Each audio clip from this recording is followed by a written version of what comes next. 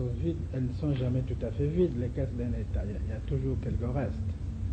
Et disons que ce que nous avons en caisse ne nous permet pas de faire face aux dépenses de tout.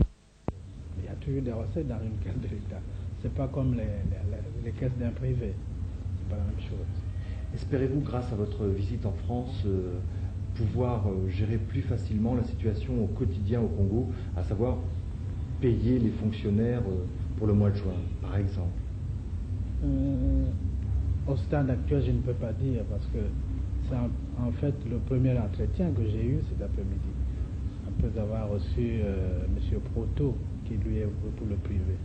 Mais c'est le premier entretien officiel que je viens d'avoir, celui avec Mme Abyss, le premier entretien. J'ai espoir que ça va nous aider à résoudre le problème de salaire. Mais vous savez, la visite en France n'est pas seulement une question de payer les salaires. Il s'agit de faire en sorte que la France, disons, soit le moteur pour une aide globale au Congo, aussi bien de la part de la France que ce qu'on appelle les multilatéraux, c'est-à-dire la Banque mondiale, le Fonds monétaire, la Banque africaine de développement, voyez-vous. Il ne s'agit pas seulement d'argent, mais il s'agit, disons, d'un programme économique qui puisse générer évidemment de l'argent. Pour remplir la mission que vous a confiée la conférence nationale, avez-vous besoin d'une aide assez conséquente pour pouvoir gérer la situation au quotidien sur le plan financier, mais aussi pour pouvoir préparer les élections? Absolument, absolument, nous avons besoin d'une aide extérieure. Mais vous avez parlé d'élections, disons pour les élections, il y a des pays qui sont disposés à nous aider. C'est pas notre plus grand souci, hein. Nous avons la France qui est prête à envoyer une mission là-bas. On m'a parlé d'une mission qui irait en novembre, mais elle peut être anticipée, elle peut aller avant novembre parce que les premières élections ont lieu en novembre. Fin novembre, nous avons un référendum constitutionnel. Donc de ce côté-là, on n'a pas tellement d'inquiétude. Il n'y a pas que la France, il y a les États-Unis aussi qui s'offrent pour nous aider, matériellement et même financièrement. Vous voyez, il y a beaucoup. Il y a beaucoup de gens qui veulent nous aider pour mettre sur pied notre démocratie. Alors, où sont vos inquiétudes? Les inquiétudes, c'est les paiements de salaire de chaque mois. Actuellement, nous sommes en train de payer les salaires de juin, du mois de juin. Nous sommes le 9 juillet, voyez-vous, donc c'est un retard d'une dizaine de jours. Et si ça continue, nous risquons d'avoir un mois, peut-être 2 mois de retard. Et ça, les Congolais ne supporteraient pas. Pensez-vous que la mission qui vous a été confiée par la conférence nationale soit réaliste et réalisable? Réaliste, je ne pense pas, parce que, en fait, la conférence a commencé d'abord par ce que nous appelons les actes, c'est-à-dire des espèces de lois. Ça a commencé par les actes. Les commissions qui sont passées, donc, c'est des commissions qui sont des commissions dépensières, si on peut dire, les ministères dépensiers, la santé, l'éducation nationale, ainsi de suite. Et quand la commission des finances est arrivée, c'était un peu tard. Nous aurions dû commencer par la commission financière pour qu'on puisse voir exactement ce qu'il y avait en caisse, quelles étaient les possibilités du Trésor congolais. Mais enfin, je pense que dans l'ensemble, c'est réalisable, parce qu'il y a des actes qui n'impliquent pas des déboursements. Je prends le cas par exemple de la réforme judiciaire, on n'entraîne pas de l'argent. Je parle du cas de la mise sur pied un haut conseil de l'audiovisuel, ça n'entraîne pas de l'argent parce que les agents existent. Il s'agit seulement de créer ça sur le papier et de faire fonctionner, voyez-vous. Donc il y a beaucoup d'actes comme ça qui n'entraînent pas les dépenses financières, les dépenses budgétaires. Au cas où vous auriez du mal à payer les fonctionnaires au fil des mois, craignez-vous de nouveaux dérapages sociaux? Je n'exclus pas les dérapages sociaux. Je n'exclus pas, surtout qu'il y a beaucoup d'opposants.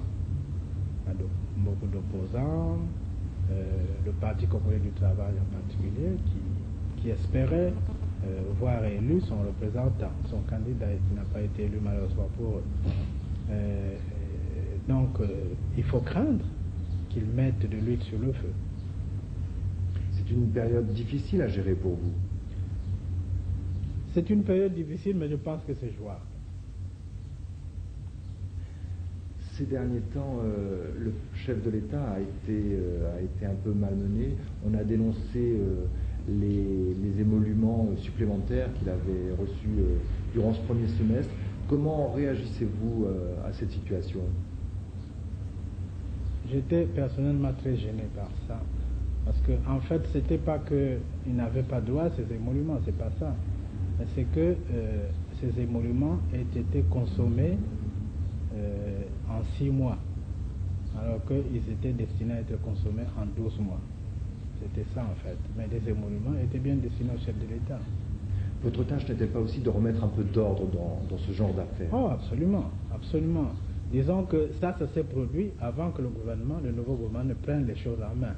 Ça s'est produit pendant qu'on était à la conférence nationale. Ça ne pouvait pas se produire après que nous ayons pris les choses en main. C'est pas possible.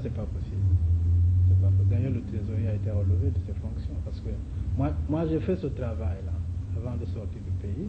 Et il est inconcevable qu'un comptable public se mette à sortir de l'argent. Il vaut mieux démissionner dans ce cas-là. Qu'un comptable public se mette à sortir de l'argent sans justification, sans papier, rien du tout. Parce que l'argent était sorti, mais l'inscription budgétaire y était encore. Moi, je croyais, en lisant le budget, qu'il n'y avait pas eu autant de dépenses. Or, dans la réalité, tout avait été dépensé. Mais je répète que c'était bien des émoluments qui revenaient au chef de l'État. Et que, en fait, la faute réside dans ce qu'il y a eu une consommation accélérée. C'est tout. Mais les émoluments étaient bien destinés au chef de l'État. Un mois après sa fin, vous qui passez à l'acte, qui avez à passer à l'acte, que pensez-vous des décisions prises par la conférence nationale? Étaient-elles utopiques ou réalistes ou incomplètes? Disons que certaines ne sont pas tout à fait réalistes. Ne sont pas tout à fait réalistes. On n'arrive pas à tout appliquer parce que, à l'usage, quand on s'est mis à travailler, à programmer les différentes actions, on s'est aperçu qu'il y en avait beaucoup, et que nous aurions peut-être du mal à tout exécuter. Mais je pense que le Conseil de la République ne nous en voudra pas si on n'arrive pas à tout réaliser. Mais on va faire le maximum, disons. Les Congolais seront peut-être plus exigeants. Oh, je pense que ça va être raisonnable. Ça va être raisonnable, surtout dans le cas des différents actes. Est-ce le moment ou jamais où le Congo, qui est en train de reprendre le chemin de la démocratisation, est-ce le moment ou jamais de recevoir des coups de pouce de l'extérieur? Dans quel sens? Dans le sens financier, d'une aide économique? Ah ben absolument, absolument, absolument. Nous en avons besoin pour faire fonctionner la nouvelle démocratie. Vous savez, nous avons les élections dont je viens de parler, et si nous n'avons pas les moyens, nous ne pourrons pas les faire faire. Donc il n'y aura pas de démocratie du tout. La démocratie a besoin d'argent. Absolument, malheureusement.